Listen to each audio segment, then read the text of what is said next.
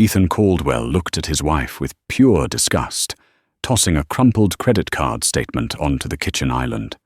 "You are useless, Charlotte. You sit here all day, getting fatter, while I work myself to death trying to secure the deal of a lifetime." He didn't know that the deal of a lifetime, an $840 million merger that would change the tech world, was sitting right in front of him, drinking herbal tea and wearing oversized sweatpants. He thought he was shouting at a housewife. He had no idea he was insulting the secret CEO who was about to decide his entire future. The morning light filtered through the blinds of the Caldwell's suburban kitchen, illuminating dust motes dancing in the air, and the scowl etched deeply into Ethan Caldwell's face. The silence in the room wasn't peaceful. It was heavy, suffocating, like the air before a thunderstorm. Charlotte Lottie Caldwell sat at the marble island, her posture slumped slightly in a grey, oversized hoodie that had seen better days. She stirred her spoon listlessly through a bowl of plain oatmeal. To anyone looking through the window, she looked exactly like what Ethan accused her of being, a woman who had given up. "Are you even listening to me?" Ethan's voice cracked like a whip, shattering the quiet. He was standing by the espresso machine, buttoning the cuffs of his Italian silk shirt. He was handsome in a sharp, predatory way. Dark hair gelled back, jawline sharp, eyes cold. Charlotte didn't look up. "I'm listening, Ethan. You're worried about the car payments. I'm not worried about them, Charlotte. I'm furious about them," he snapped, walking over and looming above her. He grabbed the fleshy part of her upper arm, not hard enough to bruise, but hard enough to be demeaning. "Look at this. You just take up space. You eat, you sleep, you spend my money. Do you have any idea what kind of pressure I am under at Tentative Global? We are days away from the biggest acquisition in the last decade. If I land this, I make partner. If I don't, we're done." He released her arm with a shove. Charlotte simply rubbed the spot, her expression unreadable. Her eyes, a piercing shade of hazel, were the only things about her that seemed sharp. "I've told you," Charlotte said softly, her voice raspy from disuse. "I can go back to work. I have experience in management. I could help." Ethan let out a bark of cruel laughter. "Help? You? Charlotte, look at yourself. You haven't worked a real job in 4 years. You're barely qualified to run a dishwasher, let alone help with a multi-million-dollar portfolio.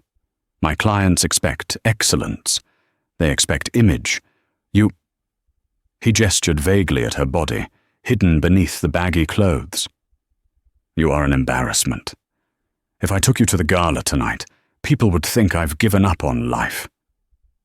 The words hung in the air, toxic and stinging. Charlotte placed her spoon down. A lesser woman might have cried. A weaker woman might have screamed. Charlotte just stared at the granite countertop, counting backward from 10. 10, 9, 8. "I'm sorry you feel that way, Ethan," she said, her tone monotonous. "Don't give me that passive-aggressive garbage," he sneered, checking his Rolex. "I'm leaving. I have a strategy lunch with Sasha. You know, someone who actually takes care of herself. Someone who has ambition." Sasha. The name was dropped casually, but it landed with the weight of a sledgehammer. Sasha Reed was Ethan's work wife, a junior executive who was everything Charlotte currently appeared not to be, thin, loud, and ruthlessly climbing the corporate ladder. "Don't wait up," Ethan muttered, grabbing his briefcase.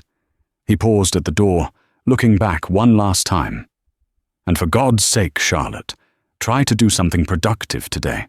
Maybe walk around the block, burn a calorie or 2. The door slammed shut. The vibration rattled the expensive coffee cups on the rack. Charlotte sat in the silence for exactly 30 seconds. Then, the slump in her shoulders vanished. Her spine straightened. The dull look in her eyes was instantly replaced by a cold, calculating fire. She stood up, walked to the sink, and dumped the oatmeal down the drain. She hated oatmeal. "Productive," she whispered to the empty room. "I can do productive." She reached into the pocket of her baggy sweatpants and pulled out a phone. It wasn't the cracked iPhone 11 Ethan allowed her to use. It was a sleek, unreleased prototype, encrypted, and worth more than Ethan's car. She dialed a single number. It rang once. "Good morning, Mrs. Caldwell," a crisp British voice answered. "Not today, Wesley," Charlotte said, her voice dropping an octave, commanding and smooth. "Today it's Ms. Banks, and tell the board to prep the conference room. I'm initiating the hostile takeover of Tentative Global ahead of schedule." 40 minutes later, the suburban housewife facade was dissolving on the back seat of a chauffeured Maybach cruising down the interstate. Charlotte had stripped off the grey hoodie. Underneath, she wore a tailored blouse that cost more than Ethan's entire wardrobe. She was applying a coat of blood-red lipstick in the vanity mirror. She didn't need to hide her figure here. She wasn't the fat woman Ethan saw.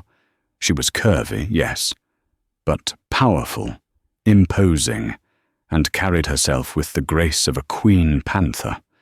The car slowed as it approached a towering glass skyscraper in the heart of the financial district.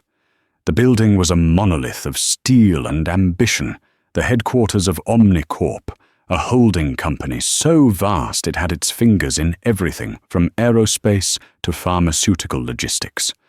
And Charlotte Banks, known to the world as the Ghost CEO, because she rarely gave interviews, owned 51% of it. The car stopped at the private underground entrance. Wesley, her executive assistant and right-hand man, was waiting. He was a tall man in his 50s, with silver hair and a face that gave away nothing. "Welcome back, Ms. Banks," Wesley said, opening the door. "The legal team has the papers for the Meridian project ready. However, we have a slight complication regarding the acquisition target." Charlotte stepped out, her heels clicking rhythmically on the concrete. "What complication?" "Tentative Global is bleeding money. They should be begging for us to buy them out." "They are," Wesley confirmed, matching her stride as they headed toward the private elevator. "But the lower management at Tentative is resistant. They believe they have a savior investor coming in to block the Omnicorp buyout. A rumor of an $840 million injection from a foreign entity." Charlotte laughed, a dry, humorless sound. "There is no foreign entity. I blocked that avenue 3 days ago. Who is leading the resistance on their end?" Wesley hesitated as the elevator doors slid shut, sealing them in the golden box. A senior VP named Marcus Sterling and his team leader, one Ethan Caldwell. Charlotte watched the numbers on the elevator display climb. 10, 20, 30. "Ethan?" she mused. "Of course, he thinks saving the company will make him a partner." "He has been quite vocal," Wesley noted, handing her a tablet. "He's been pitching to the board that Omnicorp is a vulture capital firm that will strip the company for parts. He's scheduled a final Hail Mary presentation today at 2 p.m. He claims he can prove Omnicorp is undervaluing them." Charlotte scrolled through the report on the tablet. She saw Ethan's name all over the documents. He was working hard, she had to give him that. But he was working hard to destroy the very golden parachute she was trying to deploy for him. Technically, if Omnicorp bought Tentative Global, Ethan would be redundant. But Charlotte had planned to pull strings to move him to a different division, give him a raise, maybe finally make him happy so he would stop taking his insecurities out on her. But this morning, "You are useless. You are an embarrassment." The memory of his voice made her grip tighten on the tablet. "Change of plans, Wesley," Charlotte said, as the elevator chimed at the penthouse floor. "Ma'am? I was going to handle this remotely." Let the lawyers do the talking.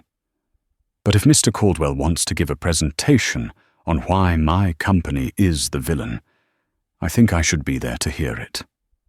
Wesley raised an eyebrow. "You want to attend the negotiation meeting? In person? He will recognize you." Charlotte stepped out into her office, a sprawling expanse of glass and minimalist furniture overlooking the city. She walked to the window, looking down at the ants crawling on the pavement below. "He won't," Charlotte said, turning back to Wesley. "Ethan sees what he wants to see. He sees a lazy, overweight wife at home. He doesn't look at me, Wesley.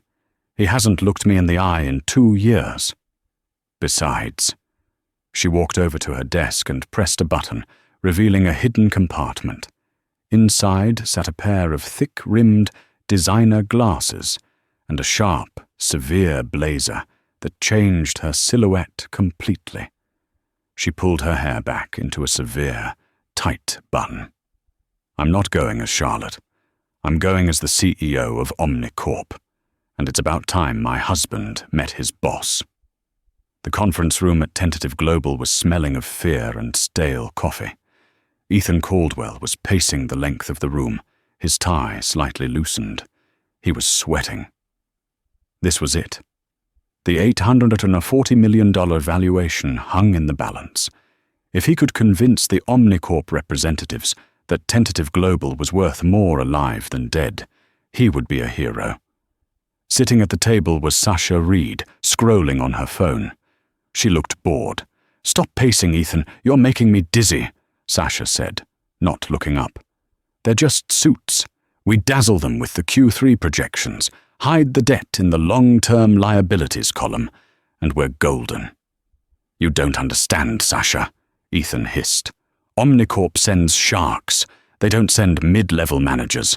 I heard a rumor that banks might even send a proxy. We need to be perfect." He checked his reflection in the glass partition. He looked good. Powerful. Not like the man who had a useless wife at home. "I'm leaving her," he blurted out. Sasha finally looked up, a smirk playing on her red lips. "The cow? Don't call her that," Ethan said automatically, then sighed. "But yes, after this deal closes. Once my bonus clears, I'm filing the papers. I can't take it anymore. I come home to nothing. No ambition, no drive. It's like living with a ghost who eats all your food." "Well, you know I have plenty of drive," Sasha purred, leaning forward. Before Ethan could respond, the heavy oak doors swung open. The room went silent. A team of 5 lawyers in identical charcoal suits marched in, placing briefcases on the table with synchronized precision. They didn't speak. They simply stood at attention. Then Wesley entered. He cleared his throat. "Gentlemen, and Miss Reed," Wesley said, his voice carrying effortlessly. "Representing Omnicorp, the chairwoman of the board." Ethan straightened his tie, putting on his best winning smile. He expected an old man, or perhaps a severe, older woman in a tweed suit. Instead, a woman walked in who sucked the oxygen out of the room. She was wearing a black power suit that looked like it had been cut from the night sky. She wore thick-rimmed glasses that obscured her eyes, and her hair was pulled back so tightly it pulled her features into a sharp, angular mask. She didn't look at anyone. She walked straight to the head of the table, pulled out the chair, and sat down. Ethan frowned. There was something familiar about the way she moved, a tilt of the head. But he dismissed it instantly. This woman radiated power. His wife radiated despair. They were different species. "Good afternoon," the woman said. Her voice was low, modulated, and cold. She didn't offer a name. "I have read your counter-proposal, Mr. Caldwell." Ethan blinked. She knew his name. "Ah, yes. Thank you for coming. We believe that Omnicorp's offer of $840 million significantly undervalues our proprietary software." The woman, the CEO, leaned back, tapping a gold pen against the mahogany table. "The offer is $840 million for the assets. The debt, however, is your problem. Unless, of course, you can prove to me that your management team is competent enough to turn a profit within 6 months." She turned her head, the light catching her glasses, making them opaque. She looked directly at Ethan. "Tell me, Mr. Caldwell, why should I invest in you? What makes you valuable?" Ethan puffed out his chest. This was his moment. "I am dedicated to efficiency, Mom. I trim the fat. I eliminate dead weight, whether it's in personnel, budget, or resources. I don't tolerate laziness." A small, almost imperceptible smile touched the CEO's lips. It wasn't a nice smile. "You eliminate dead weight," she repeated. "Interesting choice of words. And you, Ms. Reed, what is your contribution?" Sasha tossed her hair. "I handle client relations, people skills." "I see," the CEO said. She opened a folder in front of her. "According to my due diligence, Mr. Caldwell, your division has lost 3 major accounts in the last quarter. You spend an average of 15 hours a week on client lunches that seem to result in 0 contracts." Ethan's face reddened. That's contextually inaccurate. Building relationships takes time." "Time is money," the CEO snapped. "And I don't like wasting mine. You claim you want to save this company, yet you treat it like a personal playground." She stood up abruptly, walking toward the window, turning her back to them.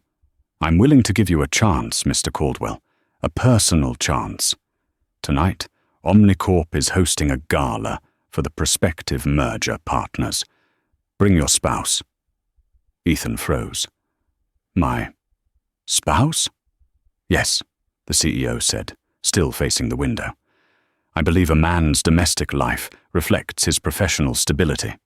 If you have a strong partner, you have a strong foundation. Bring your wife. I want to meet her." Ethan stammered. "My wife. She is, unfortunately, she's not feeling well. She's indisposed." "Make her disposed," the CEO commanded, turning around. The glare behind the glasses was terrifying. "If you want this deal, Mr. Caldwell, you will bring your wife to the masquerade gala at the Pierre Hotel tonight. No wife, no deal. Do I make myself clear?" Ethan swallowed hard.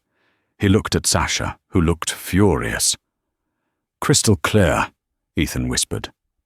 "Good," the CEO said, gathering her files. "Get out!" The drive from the financial district to the suburbs usually took 45 minutes. Ethan made it in 30. He drove his leased BMW like a man possessed, weaving through the midday traffic on the FDR drive, his knuckles white against the leather steering wheel. His mind was a whirlpool of panic and rage. "Bring your wife." The words echoed in his head, bouncing around his skull like a ricocheting bullet.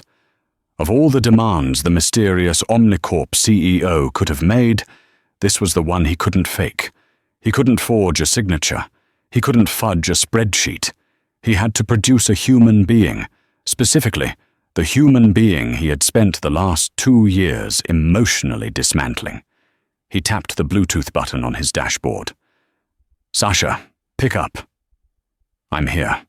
Sasha's voice purred through the speakers. "Did you fix it? Did you tell that witch that your wife has leprosy or something?" "It didn't work," Ethan snapped, swerving around a delivery truck. "She's insane. Banks. She's obsessed with domestic stability. She wants to see Lottie, tonight, at the Pierre." "Tonight?" Sasha shrieked. "But tonight is our night. We were going to celebrate the pre-deal. I bought that dress from Versace, the gold one." "I know, baby, I know," Ethan soothed, though his eyes were frantic. "But if I don't walk in there with Charlotte on my arm, the deal is dead. And if the deal is dead, I'm fired. Marcus Sterling is looking for any excuse to cut me loose. I need this merger." There was a sullen silence on the other end. Fine. So drag the cow out of the barn. Put some lipstick on her. How hard can it be? You haven't seen her lately, Sasha, Ethan groaned. She's let herself go completely. She wears these grey sacks. She doesn't speak. She's a void. Putting her next to the high rollers at Omnicorp is like parking a rusted tractor in a Ferrari showroom. Just buy her something that covers everything, Sasha suggested coldly. A tent, maybe? Look, just get her there. Prop her in a corner with a plate of cheese, and do the talking. I'll meet you there later. I'll sneak in as a +1 for the legal VP. But Ethan, you better ignore her the second you get the contract signed. I promise, Ethan said. I'll stop by the boutique on the way. I'll force her into something presentable. He hung up as he pulled into his driveway. The house looked pristine from the outside, a lie of suburban perfection. He stormed inside, carrying a garment bag he'd hastily purchased from a high-end boutique in the city centre, charging it to a credit card that was already near its limit. "Charlotte!" he bellowed. There was no answer.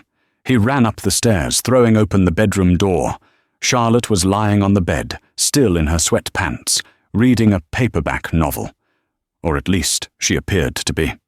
In reality, she had been reading the dossier on Marcus Sterling's embezzlement schemes on her encrypted tablet, slipping it under the pillow the moment she heard Ethan's car engine roar into the driveway. She looked up, her eyes wide and seemingly innocent. "Ethan? You're home early. Is everything okay?" "No, everything is not okay," he barked, throwing the garment bag onto the bed. It landed heavily near her feet. "Get up, shower, shave, whatever you need to do. We are going out." Charlotte sat up slowly, adjusting her glasses. "Going out? Where? You said you had a meeting." "I do. A gala. A masquerade ball at the Pierre Hotel," Ethan said, pacing the room, tearing off his tie. "The CEO of Omnicorp insists on meeting spouses. Don't ask me why. She's probably some sadistic old spinster who wants to see if my home life is as miserable as her own." Charlotte hid a smile. Sadistic old spinster. "Nice touch, Ethan." "I don't have anything to wear to a gala, Ethan," she said quietly. "And you know I don't like crowds. My anxiety." "I don't care about your anxiety," Ethan roared, spinning around to face her. "I care about my career. I care about the roof over your head. Look, I bought you a dress. It's a size 14. It's huge. It should fit you." Charlotte looked at the bag. She was actually a size 8, but she wore layers of bulky clothing at home to hide her figure, a habit she'd started when Ethan first began criticizing her weight. It was a test, initially, to see if he loved her for her or her body. He had failed the test spectacularly. "Ethan, a masquerade? Tonight? I haven't done my hair. I put it in a bun." "I don't care," Ethan interrupted, grabbing her by the shoulders. His grip was tight. "Listen to me, Charlotte. This is an $840 million deal. If you screw this up for me, if you say something stupid, or spill sauce on yourself, or act like the depressed lump you've been for the last 2 years, I am done. I will divorce you so fast, your head will spin, and I will leave you with nothing. Do you understand?" "Nothing." Charlotte looked into his eyes. She saw the fear behind the anger. He was a small, terrified man, bullying the only person he thought he could control. "I understand," she said softly. "Good." He released her. "The car leaves in an hour. Put on the mask I bought. It covers half your face. Thank God for small mercies." He slammed the bathroom door, leaving her alone. Charlotte stood up. She walked over to the garment bag and unzipped it. It was a hideous dress, a shapeless, navy blue chiffon sack with too many ruffles. It was the kind of dress you bought when you wanted to hide someone. She touched the fabric, her expression hardening. "You want me to play the part of the disappointment, Ethan?" she whispered to the empty room. Fine. I'll play it. Until the curtain falls. She reached under the bed and pulled out a sleek, black briefcase. Inside was her own attire for the evening, compressed into a vacuum-sealed bag. She wouldn't wear it yet. She would wear Ethan's sack of a dress into the hotel, but she wouldn't be wearing it when she walked out. The Pierre Hotel on Fifth Avenue was a fortress of old-world money.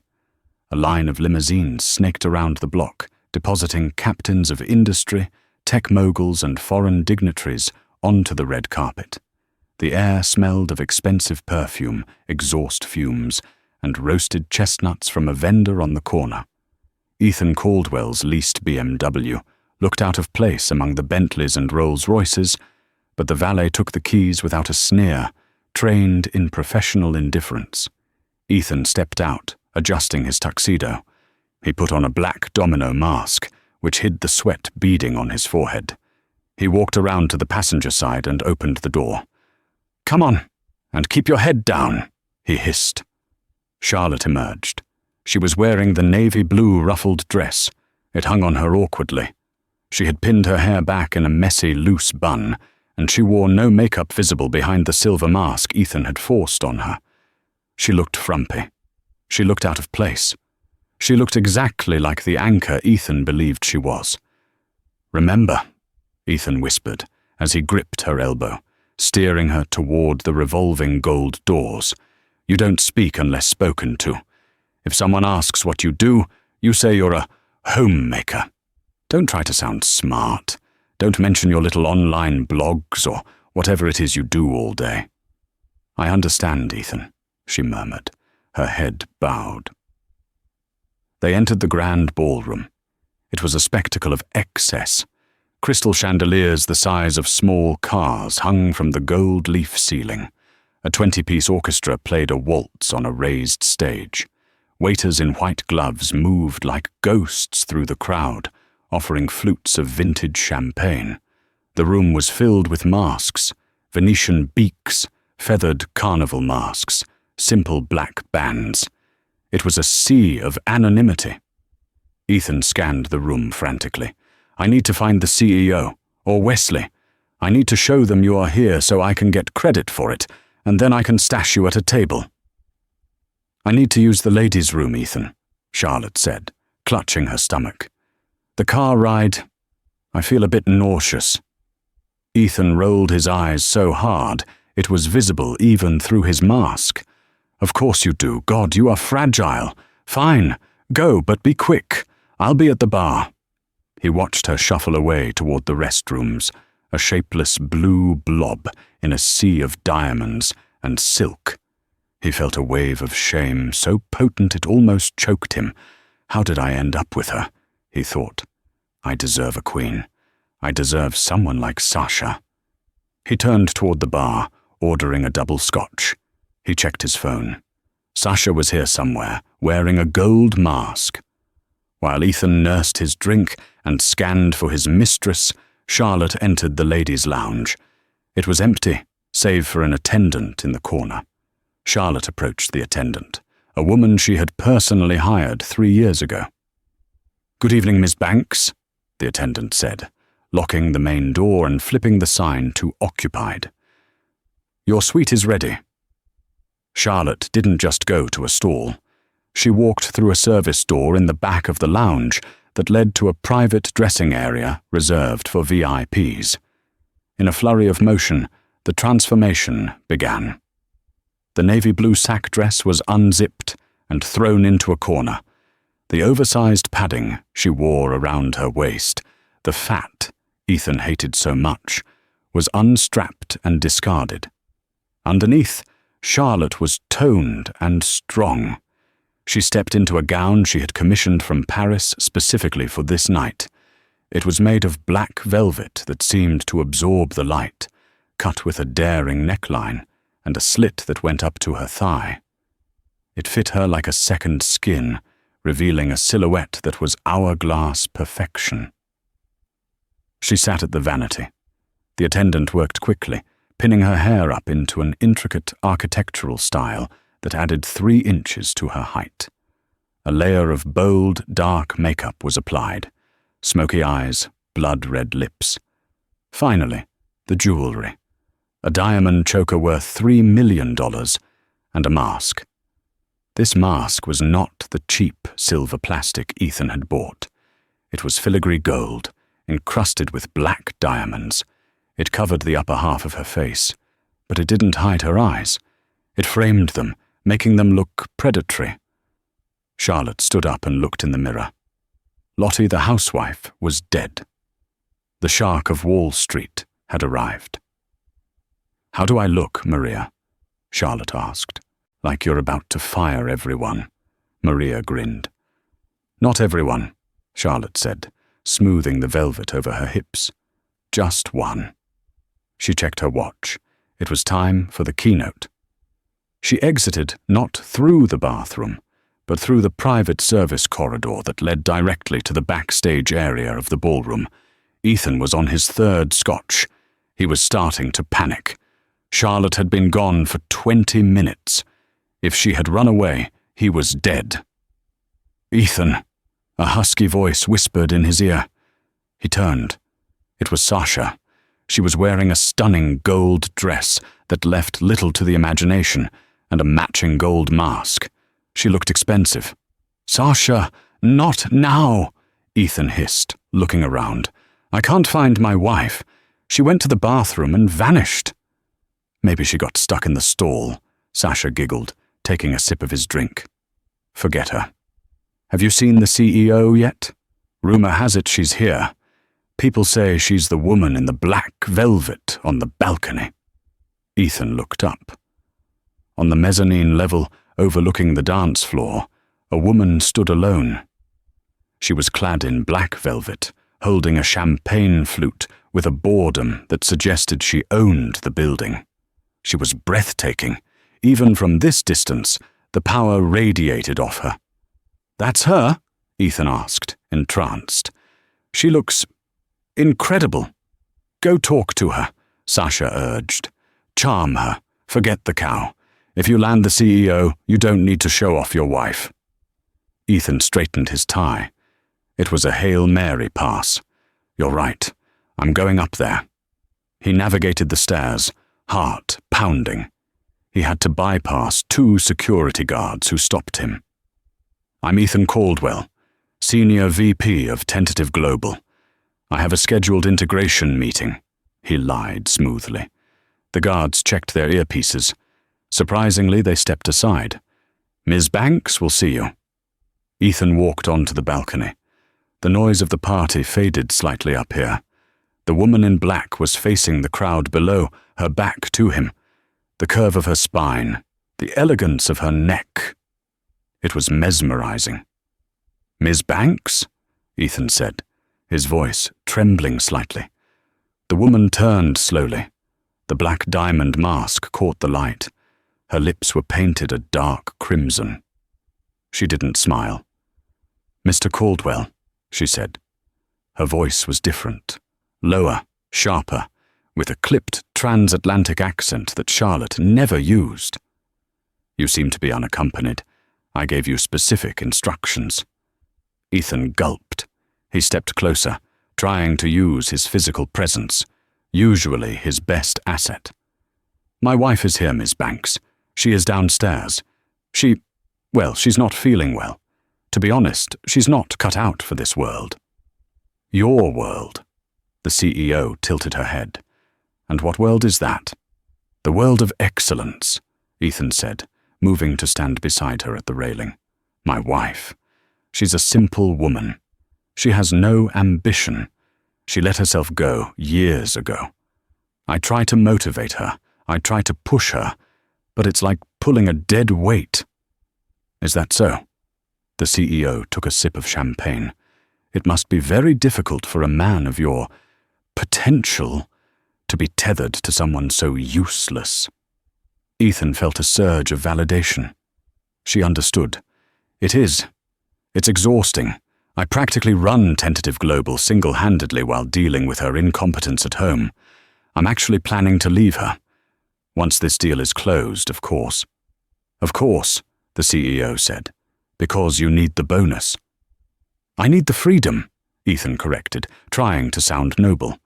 I need a partner who challenges me. Someone who understands power. He looked at her suggestively. The CEO turned fully toward him. Behind the mask, her hazel eyes glittered with something Ethan mistook for interest. It was actually loathing. You believe you are indispensable to Tentative Global, Mr. Caldwell? I am the engine, Ethan declared. Marcus Sterling is a dinosaur. The other VPs are terrified of their own shadows. I'm the only one with the vision to integrate with Omnicorp. And the debt? She asked. The $80 million in hidden debt in the logistics division? Ethan froze. That was a secret. That was a clerical error. I fixed it. Did you? She stepped closer. She smelled of jasmine and vanilla. It was a scent that tickled a memory in the back of Ethan's brain, but he couldn't place it. Or did you just move the numbers to the chaotic, miscellaneous ledger? Ethan sweated. You are very well informed, Ms. Banks. I have to be. I'm about to spend nearly $1 billion. She checked her diamond-encrusted watch. It's time for the announcement. Walk with me, Mr. Caldwell. Walk with you? To the stage?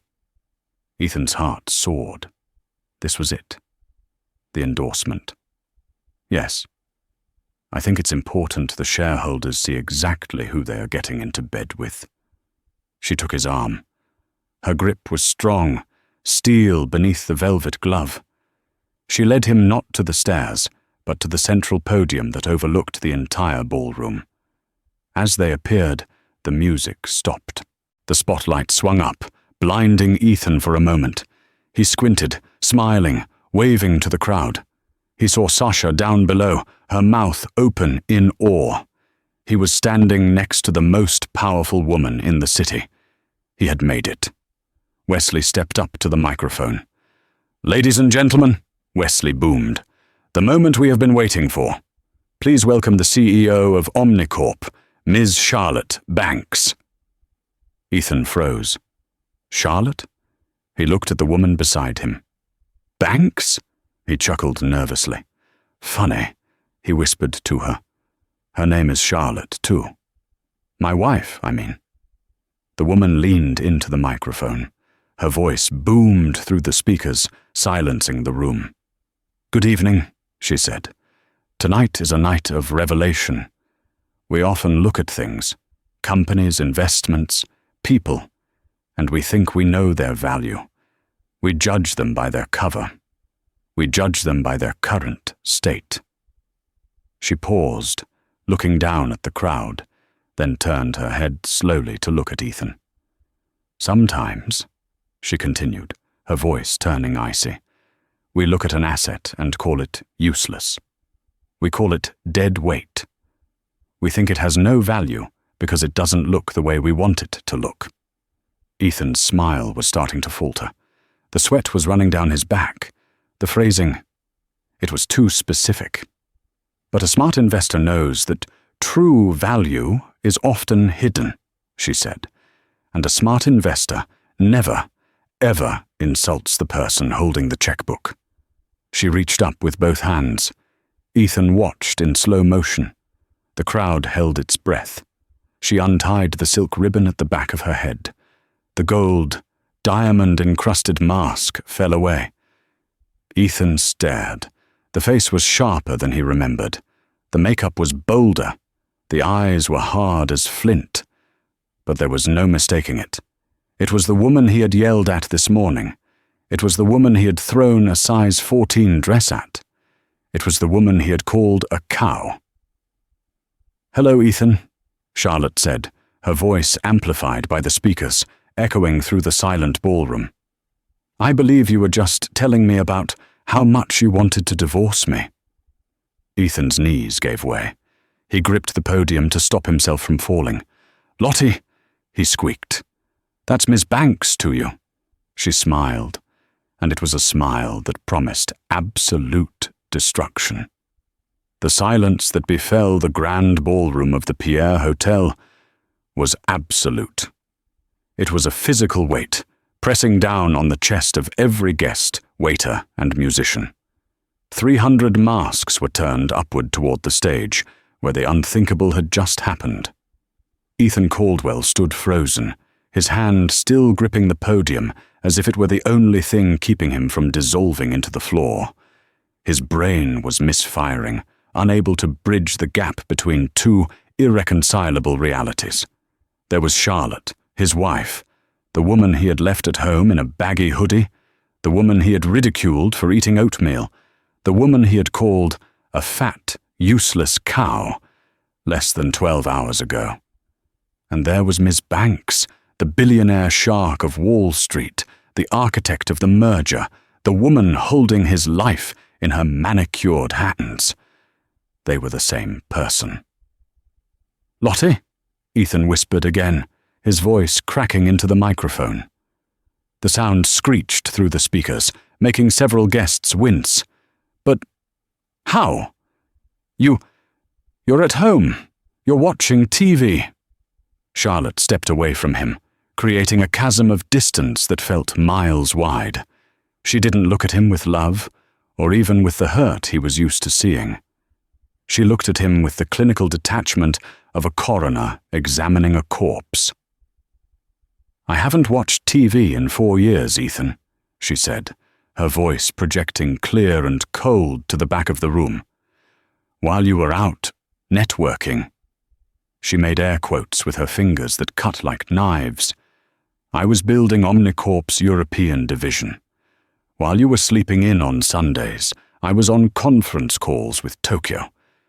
And while you were berating me for spending $50 on groceries, I was closing an $840 million acquisition." A murmur rippled through the crowd. Phones were out. Flashes were popping. This was being live-streamed to the world. "This is a joke," Ethan laughed hysterically, his eyes darting around the room. He pointed a shaking finger at the audience. "This is a prank, right? Sasha? Where is she? This is some kind of sick, twisted joke."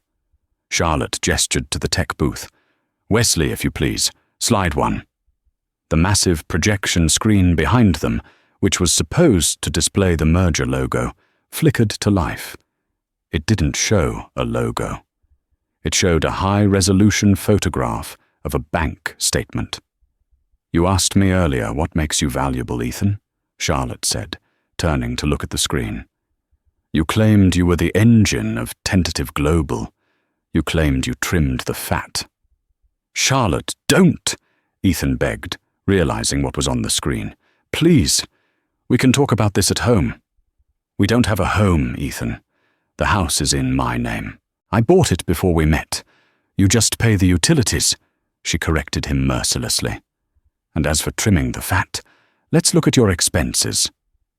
She used a laser pointer, circling a series of transactions.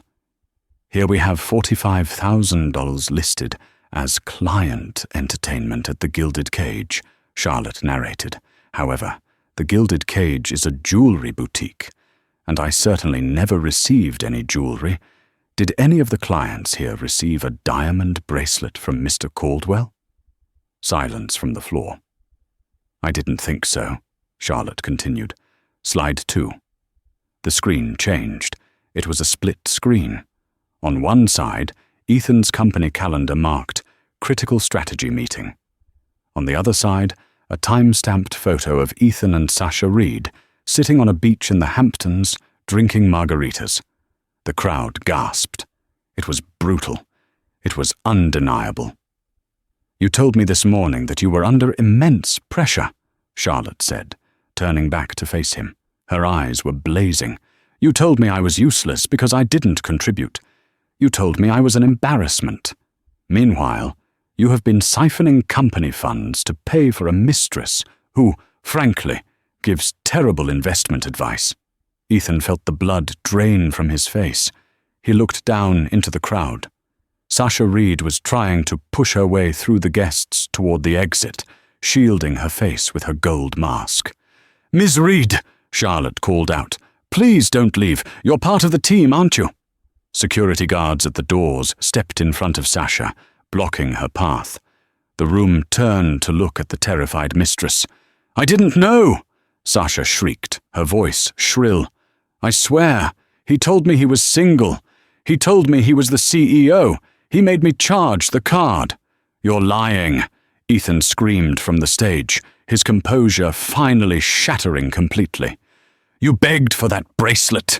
You told me to cook the books. You said, hide it in the long-term liabilities. Nobody looks there." "And there it is," Charlotte said calmly. "The admission of guilt." She signaled to the side of the stage. 2 men in dark suits stepped out. They weren't hotel security. They wore FBI windbreakers. Ethan's knees buckled. He grabbed the podium again, hyperventilating. "FBI! Charlotte! Lottie! Baby, please! You can't do this! I'm your husband! We took vows, for better or for worse." Charlotte walked up to him, close enough that he could smell the expensive perfume he had failed to recognize earlier. She leaned in, her voice dropping to a whisper that the microphone still caught, amplifying it into a death sentence. "You broke those vows the moment you touched her," she hissed. "You broke them every time you called me fat to make yourself feel big. You broke them when you looked at me with disgust. You wanted a powerful woman, Ethan. You wanted someone who could handle the pressure. Congratulations, you found her. And she is pressing charges." "On what grounds?" Ethan cried, tears streaming down his face now, ruining his masquerade mask. "Embezzlement! I can pay it back. My bonus—" "There is no bonus," Charlotte said, stepping back. "And it's not just embezzlement. It's corporate espionage. You see, when you tried to sell Tentative Global's proprietary data to our competitors last week to secure a backup job. Yes, I saw those emails too. You committed a federal crime." Ethan slumped. He looked like a deflated balloon. The arrogance, the swagger, the cruelty, it had all evaporated, leaving behind a small, pathetic man in a rented tuxedo. "Get him out of my sight," Charlotte commanded. The FBI agents moved in. They didn't handle him gently. One grabbed his arm, twisting it behind his back. The other cuffed him. "Charlotte!" Ethan screamed as they dragged him across the stage. "I love you! I'm sorry! I was just stressed! Please, I'll change! I'll eat the oatmeal! I'll do anything!" His voice faded as they dragged him through the backstage curtains. The heavy velvet fabric swung shut, swallowing his pleas. The ballroom was dead silent. 300 people were staring at Charlotte. They were terrified of her. Charlotte took a deep breath. She reached up and smoothed a stray hair from her bun. She walked back to the podium. "My apologies for the interruption," she said, her voice steady, returning to the professional calm of a CEO. "As I was saying, Omnicorp values transparency. We value integrity, and we value assets that perform." She looked down at Sasha Reed, who was weeping silently near the dessert table, surrounded by security. "Ms. Reed," Charlotte said, "you are terminated, effective immediately. Your severance package consists of a bill for the unauthorized expenses you incurred. I expect payment within 30 days, or my legal team will seize your assets." Sasha sobbed, collapsing into a chair. Charlotte looked out at the sea of stunned faces, the bankers from Goldman Sachs, the investors from Geneva, the tech moguls from Silicon Valley. "The merger with Tentative Global will proceed," Charlotte announced. "However, the leadership team has obviously been restructured.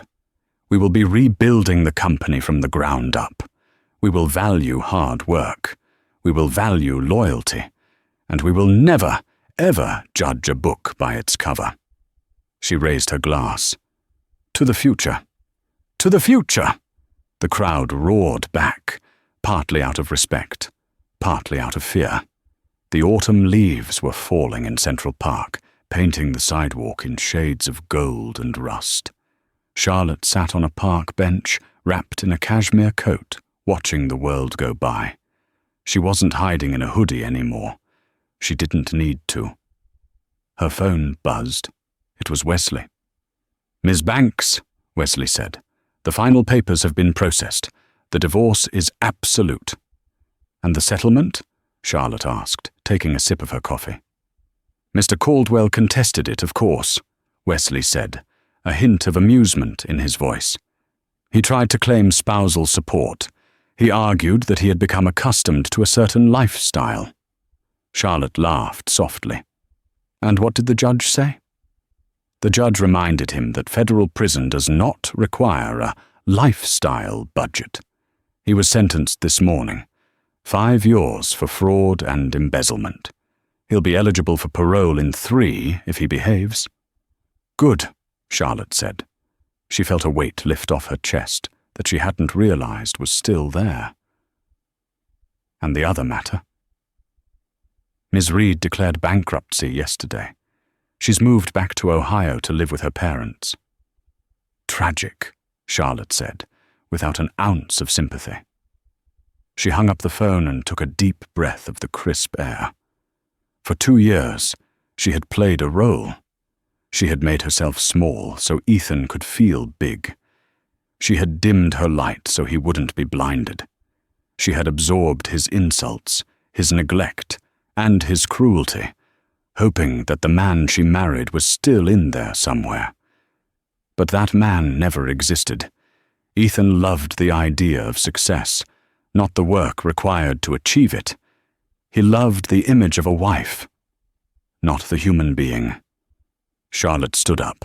A gust of wind caught her hair, blowing it across her face. She brushed it back, smiling. She walked toward the street where her driver was waiting.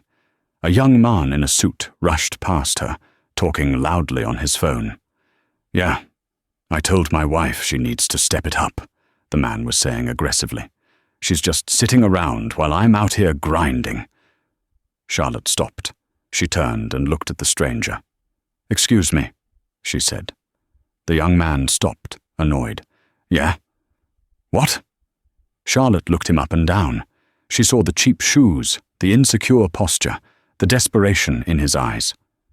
"Be careful," she said softly. "You never know who she really is." The man blinked, confused. "What?" Charlotte didn't answer. She just smiled, turned, and stepped into the back of her waiting Maybach.